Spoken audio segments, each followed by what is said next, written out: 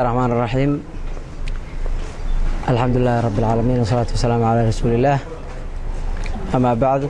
ما أنت تاريخ تاي كوي لبعتن كبيش كوبات لبكون لحية طبعا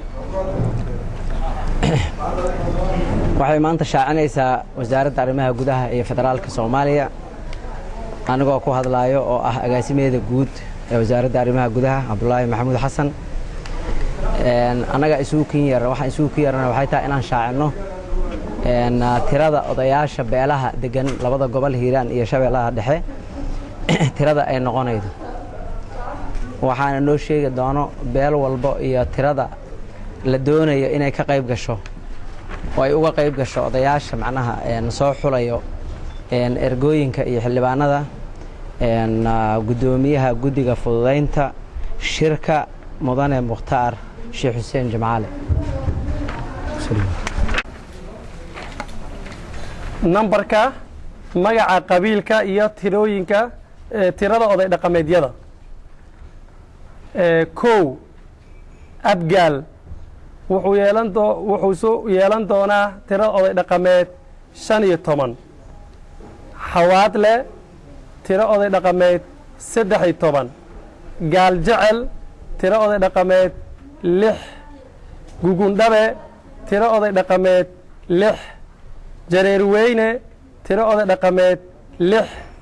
habar gidir tiro oday dhaqameed 5 ujeejeen tiro oday dhaqameed 2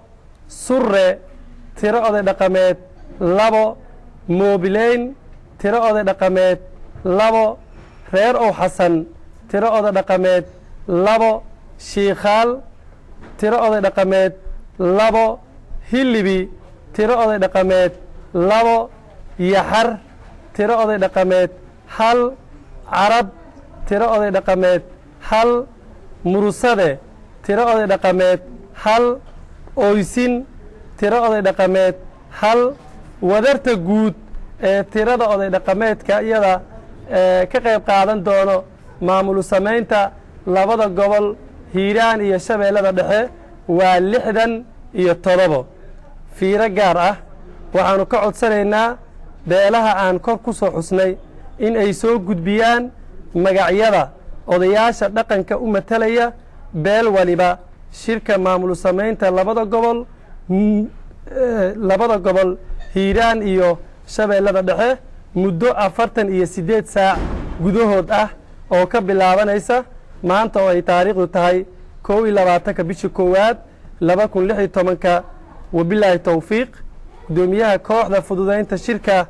mudane Mukhtaar Sheekh Xuseen Jamaale waa